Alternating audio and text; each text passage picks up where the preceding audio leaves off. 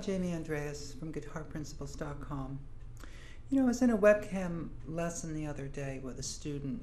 We were working on a blues series of chord changes, and like so many students, he was doing fine except when it actually came time to change those chords, and that was giving him some trouble. And it was a very interesting analysis of why he was having that trouble, and these are things that so many students do wrong and make it difficult or impossible to make your chord changes on time. And so I wanted to go into that with you. The chord changes were this E7 chord. We were just combing some chords to an A7. When you understand the finger actions, the finger behavior that's going to really make it happen very smoothly, you're going to find that it helps you with all the chords that you play and when it comes to changing them. So let's take a close look at that finger action. Now, you know, when we do this chord, we may have our thumb wrapped over like that, and even if we don't have the thumb wrapped over, it's a big change of hand position to come like this. So here's the interesting elements that were missing in the change when my student was doing them, and that need to be there in order to really do it easily. Number one, the third finger has to stay down, and the arm weight has to pivot into that third finger as we bring the hand around. You do not want to be lifting that finger because that finger is common to both chords. So not only does it stay down, but it stays directing the weight, the relaxed shoulder and arm muscles allow the weight of the arm to come through the finger as the hand pivots around. That is a major help. Now, the next thing that has to happen is that the second finger is only going to make a very small move over.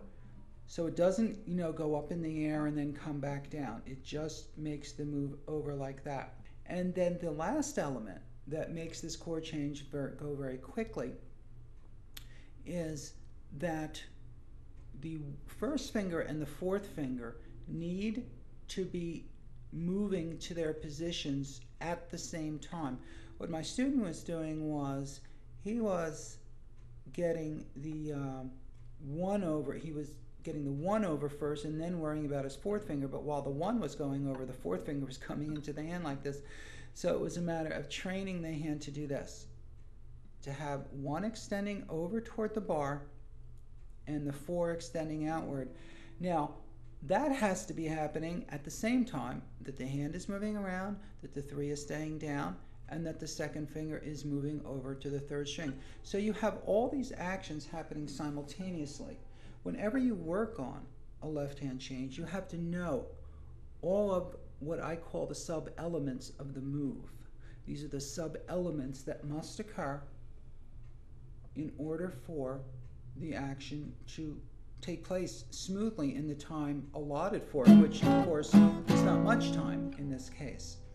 So here's the change put all together. 3 is staying down, my arm weight's coming through it, my 2 is moving over, my hand's beginning to come out as my 1 and my 4 separate at the same time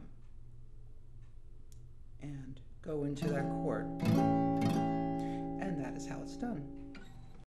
If you're one of the thousands of people out there using the practice methods in my book, The Principles of Correct Practice for Guitar, then you will know to use the basic practice approach found in Chapter 5 to systematically work up those movements that I just showed you on those chord changes to a nice fast tempo.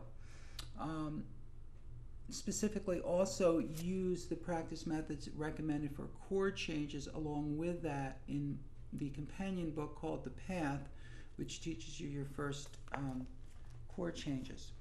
So those methods will give you a structure and a routine for working up that chord change up to a fast speed. And of course, try those some of those ideas or those ways of thinking out with other chord changes that you have to do. So thanks very much for watching this video, and for more information about my practice methods for guitar, make sure to visit guitarprinciples.com.